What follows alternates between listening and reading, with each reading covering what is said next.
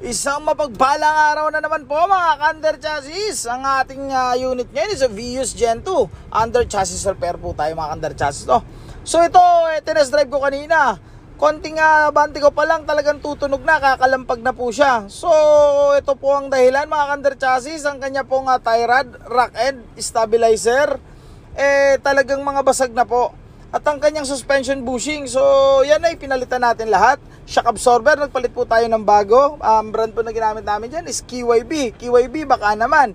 Ganun din po dito sa kabila mga ka-under chassis. Ayan po, talagang wala na po talaga siya. So yan po mga ka-under chassis, pati ang kanyang pinion nga po pala is may tagas na mga ka-under chassis. So sa iAutoZone Car 88 under chassis specialist, tayo po ay matatagpuan sa Waze, Google Map, iAutoZone Car 88. Yan mga ka-under chassis. At sa mga nagpapa-shoutout, Sudayon family from Manila.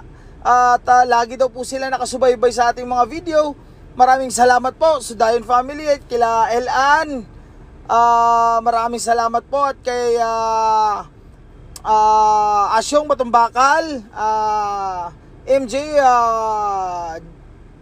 MJ Autovlog, at sa team ko, maraming salamat po.